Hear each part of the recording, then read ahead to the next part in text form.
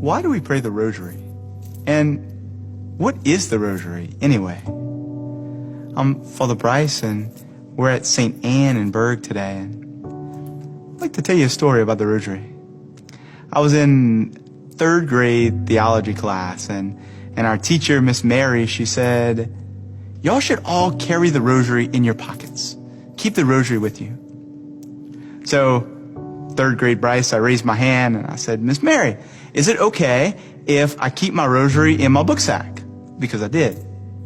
She said, no. You should carry it with you in your pocket, so that you could pray it when you're struggling throughout the day, or so you could grab onto it and know the Blessed Mother's care for you. I didn't really understand that, but I did it. I took my Rosary out of my book sack. I put it in my pocket. Back then, I didn't understand why, but now I do. And I'd like to share that with you today. Why do we pray the Rosary? Because the Rosary is the Bible on beads. Think about the mysteries. We start with the joyful mysteries, the mysteries surrounding Christmas. And the Rosary takes us from when God became man at the Annunciation, through his birth on Christmas, into the finding in the temple. And then after we pray the joyful mysteries, we pray the luminous mysteries. And we meditate on Jesus' preaching, on the Beatitudes. Blessed are the poor in spirit, for theirs is the kingdom of heaven. On the transfiguration at Mount Tabor. And then, after we pray the luminous mysteries, we pray the sorrowful mysteries. Jesus' Passover, from Holy Thursday night through Good Friday. His suffering and his death on the cross. And then after we pray the sorrowful mysteries, we pray the glorious mysteries. The resurrection of the Lord, his ascension, Pentecost, and the spread of the church. The Rosary is just the Bible on beads, where we meditate upon the mysteries of the life of Jesus.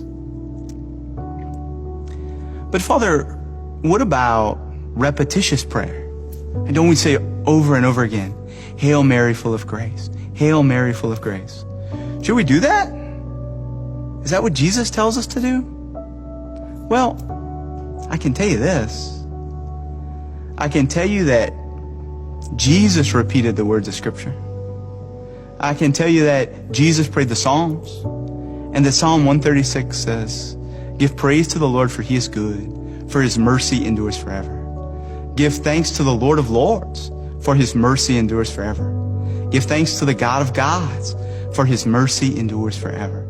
And over again, Jesus prayed, his mercy endures forever. His mercy endures forever.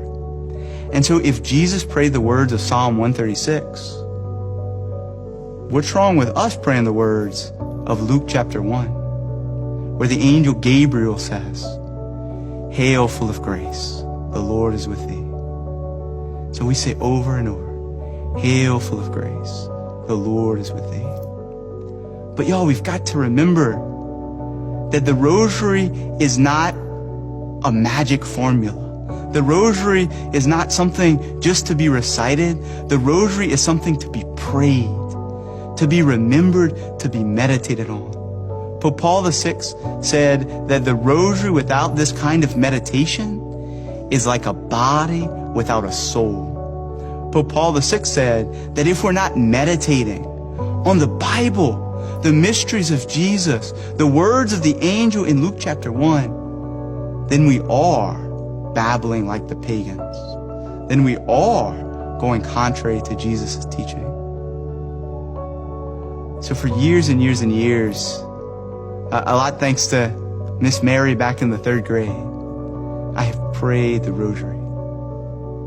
Not always perfectly, but I've tried and meditated. So I just want to invite you today, not to just say the Rosary, but to pray the Rosary, to pray the Bible through the eyes of Mary with the saints. God bless you.